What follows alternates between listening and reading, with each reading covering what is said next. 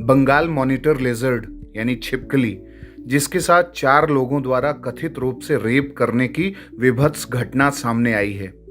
शायद ये खबर सुनकर आप हंसें और या शायद आपको इस बात की तकलीफ हो जाए कि क्या हम इसी इंसानी जमात के हैं जो इस प्रकार की हैवानियत और दरिंदगी से भरी हुई है। रत्नागिरी जिले में सह्याद्री टाइगर रिजर्व में मौजूद बंगाल मॉनिटर लेजर्ड के साथ सामूहिक बलात्कार करने वाले दरिंदों की पहचान संदीप तुकरम, पवार मंगेश, जनार्दन कॉमटेकर और अक्षय सुनील के रूप में हुई है। महाराष्ट्र वन विभाग ने जब आरोपियों के मोबाइल फोन की जांच की तो इस घिनौनी घटना के बारे में पता चला। अधिकारियों को वारदात की रिकॉर्डिंग मिली जिसमें आरोपी मॉनिटर छिपकली के साथ कथित रूप से सामूहिक बलात्कार करते दिख रहे थे। महाराष्ट्र के सह्याद्री टाइगर रिजर्व में बंगाल मॉनिटर छिपकली के साथ इस कथित रूप से कुकृत्य करने के आरोप में 4 लोगों को गिरफ्तार कर लिया गया है।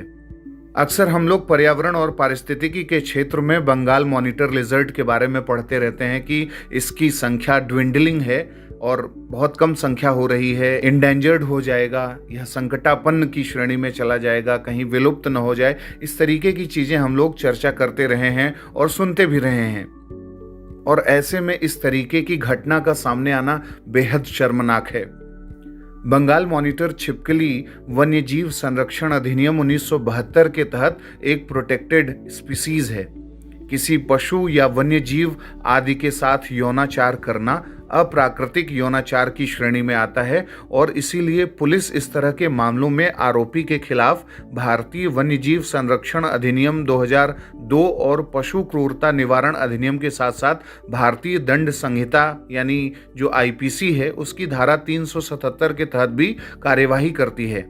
आईपीसी की धारा 377 में जानवरों के साथ यौन संबंध बनाने पर सजा का प्रावधान है और ऐसे मामले में दोषी पाए जाने वाले शख्स को 10 साल की सजा या अधिकतम आजीवन कारावास तक की सजा हो सकती है। Prevention of cruelty to animals act 1960 के तहत पशुओं को पीड़ा या कष्ट देने के लिए अधिकतम 3 साल की सजा हो सकती है या संबंधित व्यक्ति पर जुर्माना भी लगाया जा सकता है। वहीं वन्यजीव संरक्षण अधिनियम 1972 जो वन्यजीवों के तस्करी, उनके अवैध व्यापार और उनके अन्य प्रकार के अत्याचार को रोकता है, उसमें कम से कम 3 और अधिकतम 7 साल के कारावास की सजा का प्रावधान किया गया है। साथ ही किसी भी ऐसे व्यक्ति पर जो इन सब चीज़ों में इन्वॉल्व हो उस पर 25,000 रुपये का जुर्माना भी लगाया जा सकता है। Bengal monitor lizard wildlife protection act 1972 के तहत एक शेड्यूल 1 स्पीसीज है, यानी इसे संरक्षण की उच्चतम व्यवस्था मिली हुई है, लेकिन इसके मीट, बोन, ब्लड और ऑयल के लिए इसे मारा जाता है।